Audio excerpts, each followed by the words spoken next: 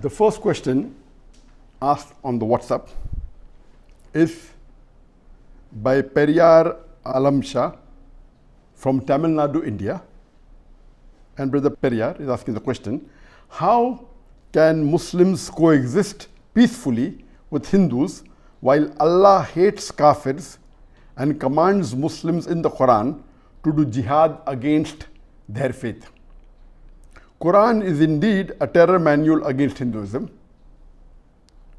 Muslims want to abolish Hinduism and convert Hindustan into Islamistan.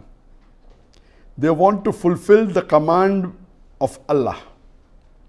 I fully support Modi ji and Amit Shah ji for a Muslim-free Hindu Rashtra. Kick Muslims out to Pakistan or Kabrastan. Jai Hind. Our Hindu brother, Brother Periyar, has asked a very important question.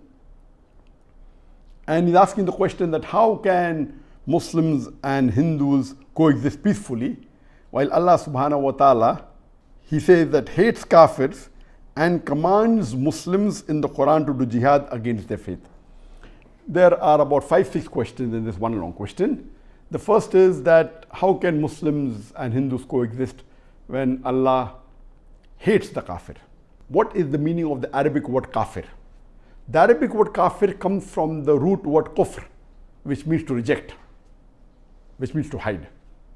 So Kafir means those who reject. I would like to ask a simple question to Brother Periyar, that if you have a company and there are hundreds of employees that you have, and if your employee rejects the commandment that you have given him or the work you have given him, what will you do? Will you praise him? Will you love him? Or will you dislike him? And mind you, they are only employees. Here Allah subhanahu wa ta'ala is the creator. He is Almighty God. He has created all the human beings. More than 7.5 billion human beings today in the world that are there. All that came in the past. He is the creator. And then after he is the creator, he asked you to follow few of his commandments and you do not follow. What do you expect him to love you? But natural. So he will not like you. So Allah subhanahu wa ta'ala, you rightly said that he hates the kafir. Kafir means those who reject the commandment of Almighty God. So anyone who obeys the commandment of Almighty God, he loves them. Those who reject his commandment, who disobey him, he will not like them. This is but natural. So what is wrong in it? And the second part of your first question is that Quran says that we should do jihad with these kafir. You are right. If you read the Quran says in Surah Furqan, chapter number 25, verse number 52, that do jihad with the Quran against the unbelievers, with the kafir. Here Allah is advising us that jihad is the Arabic word which means to strive, which means to struggle. Unfortunately, the media has promoted that jihad means something to kill, or jihad only means that you go for a war. This is not the right concept. The real meaning of the Arabic word jihad comes from the Arabic word jahada, which means to strive, which means to struggle. So jihad basically means to strive and struggle. Here Allah is telling that you strive and struggle against the unbelievers. Those who reject the Quran, you strive and struggle. With the Quran, that means Allah is telling us to convey the message of the Quran, of Allah subhanahu wa ta'ala, of Almighty God to the unbelievers. So what is wrong in that? This is good, that Allah is telling to strive and struggle to convey the message, the commandment of the Creator. Then the question asks, Quran is indeed a terror manual against Hinduism. Let me give you an example. That every country has a police force and they have laws in the country, what you should do, what you should not do. And if you go against the law, there are punishments which are mentioned. Every country has a law that if you rob, there will be so and so punishment. If you murder someone, so and so is the punishment. And if you cheat, so and so is the punishment. If you do fraud. Similarly, Quran is the future world constitution. It is a law book of our Creator, how a human being should lead his life. If you allow me to call a human being a machine, it is the most complicated machine on the face of the earth. The glorious Quran is the instruction manual for the human being, the do's and don'ts. And if this instruction manual to prevent people committing crimes has given a punishment for robbing or for murdering an innocent human being or for cheating, then why do you call it terror manual? If you call it a terror manual, that means all the countries, the court of law, which has a constitution and where it says in the law book the punishment for the crimes, then every country will have a terror manual. So it's a misunderstanding. It is the guidance given by Allah subhanahu wa ta'ala to the human beings about the do's and don'ts. And if you do not do certain things which are commandments of Almighty God, like how you have rules in the country, if you break a signal, there are punishments for it. So similarly, this is a book to prevent the wrongdoing by the human beings. It is a misconception that it is a terror manual. Actually, it's a manual for peace. If someone calls the law of the country as a terror manual, that means the person hasn't understood the law of the country. It is actually a peaceful manual, so that peace prevails in that country. If this law wasn't there in the country would have been in chaos. So because of this law, peace is maintained. Similarly, this is the law book of our Creator Allah subhanahu wa ta'ala to let peace prevail throughout the world. In the next part, our brother Periyar says that Muslims want to abolish Hinduism and convert Hindustan into Islamistan.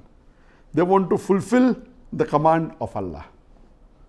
Regarding a question that Muslims want to convert Hindustan into Islamistan, first let me tell you that the word Hindu is a misnomer. Where did it come from? Who gave this word Hindu? According to historical books, we come to know that the word Hindu is not present in any of the scriptures of Hinduism. According to Jawaharlal Nehru, in his book Discover India, he says the first time this word was used was in the 8th century. It is never found in any of the Hindu scriptures.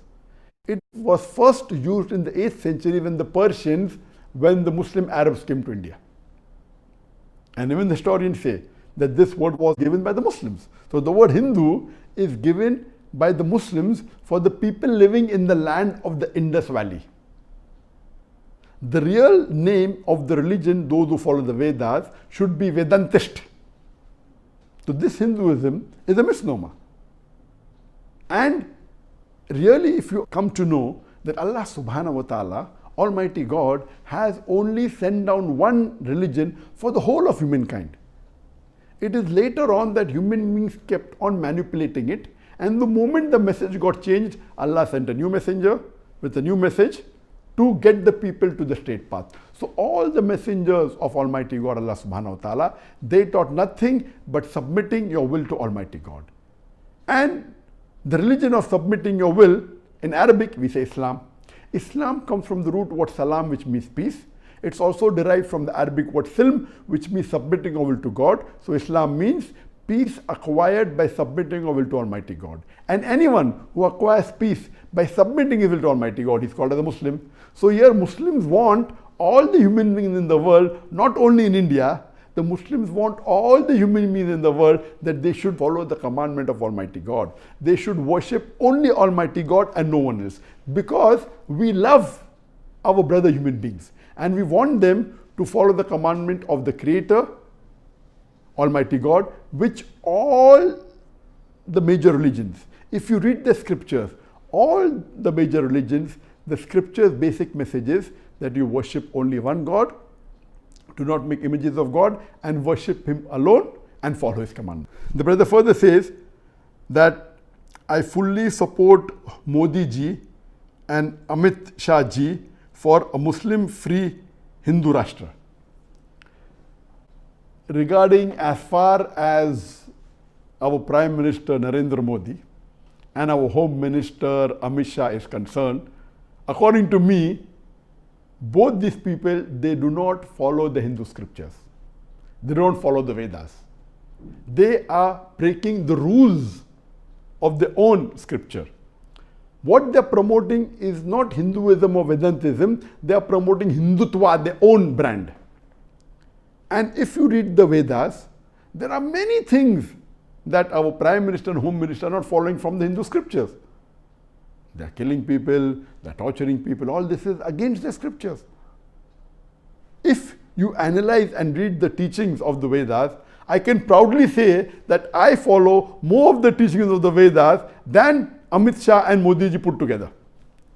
Because I have read the Hindu scriptures. I doubt whether Narendra Modi has read the Vedas. I doubt whether Amit Shah has read the Veda. And even if they have read the Veda, I doubt whether they have understood.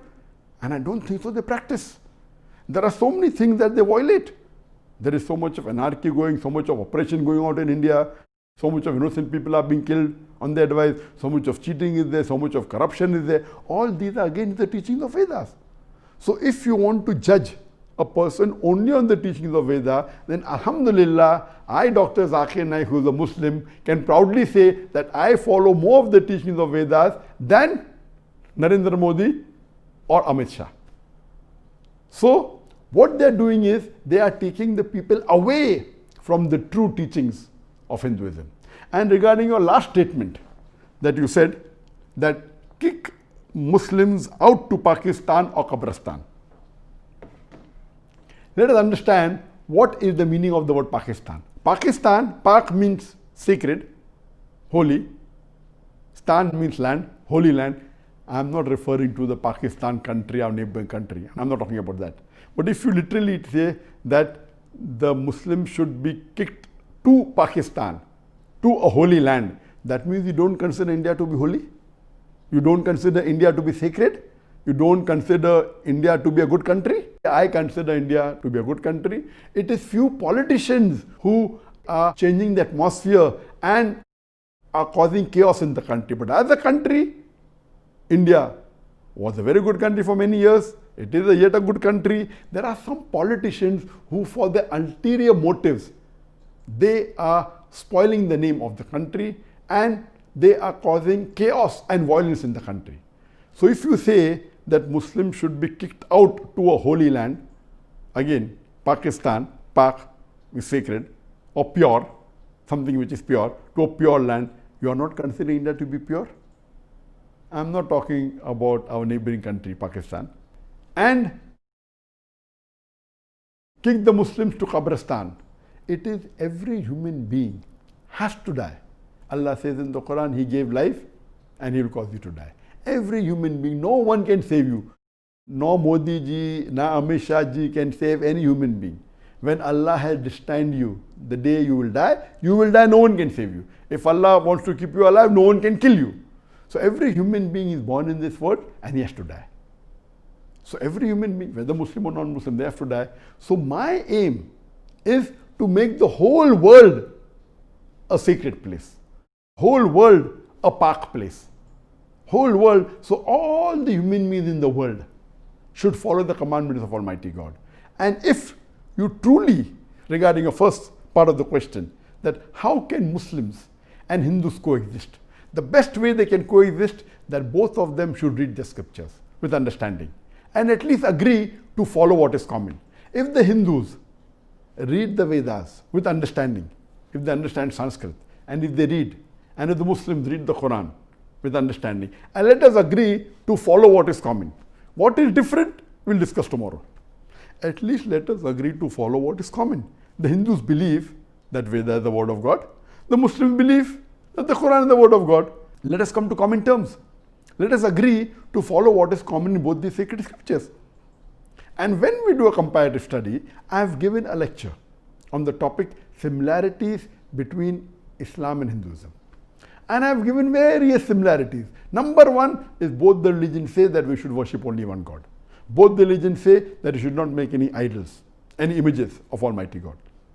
Both the religions say that the last and final messenger to come is Prophet Muhammad, peace be upon him. Both the religions say that when we pray, we should do sujood, we should do prostration. Both the religions say that we should give charity. Both the religions say that we should fast. There are many similarities. So why don't we agree to follow what is common? Why are we creating fictitious animosity? So those people who believe in getting the human beings together on the common platform are the real good human beings.